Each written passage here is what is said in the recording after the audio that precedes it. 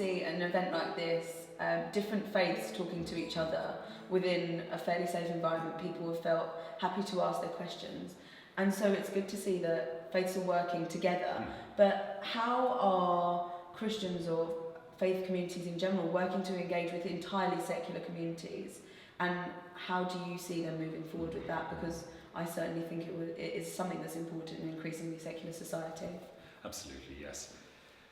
Well, in my last job, I saw a fair amount, I suppose, of grassroots cooperation by faith communities in engaging with their immediate neighbourhood. I'm thinking of a joint Christian-Muslim project in Birmingham, which was setting up a family centre and a project for young people in the area.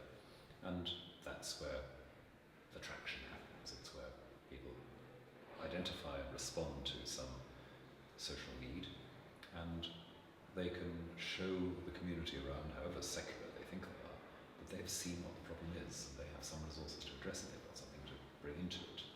I was speaking earlier this evening about loyalty, and I think the biggest thing that a religious community can bring to its environment, its secular environment, is the sense that we're here for you, we're not going away, we are committed to help you find the most just, the most manageable, the most nourishing human situation we can. We are going to be faithful, we're to be committed to. The first question I wanted to ask you was about how, as a religious person, you think one can balance the importance of integration, assimilation, and working within a secular society and maintaining your own religious identity and defining yourself as a religious individual. Integration for the Muslim community is very important.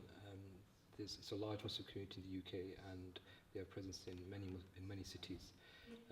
They are seeking to integrate, but they're trying to do that with their integrity intact.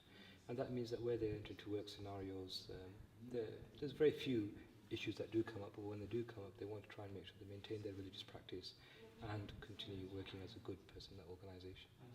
I just wanted to ask you, to what extent you feel you or religious people are able to balance their religious identity with their national identity? I haven't felt it as an ongoing conflict, but I've felt it more as something which varies and finds different kinds of equilibrium. When I was a student here in Cambridge studying English, I would have mornings when I'd wake up and I would think of a poem by Keats and I would feel deeply English, and the Jewish bit felt more marginal. And other days when I'm studying a piece of Talmud, I feel so deeply Jewish and the English bit feels more marginal. And then I'll throw into the pot the fact that I'm the only member of my generation of the family, or my parents' generation, born in Britain. I'm actually Scottish, and everybody else was born in Germany and feels very continental and not British, and there's a bit of me when I'm in the continent which feels continental. And I think that identity is the interplay at different times and different moments between different parts of ourselves, and we feel some of them strongly at some moments and others at other moments. And the blessing of that is that in embracing the plurality of our own identity, we can welcome the difference of other people's identity far more openly than if we feel, well, I am one thing, which isn't true anyway.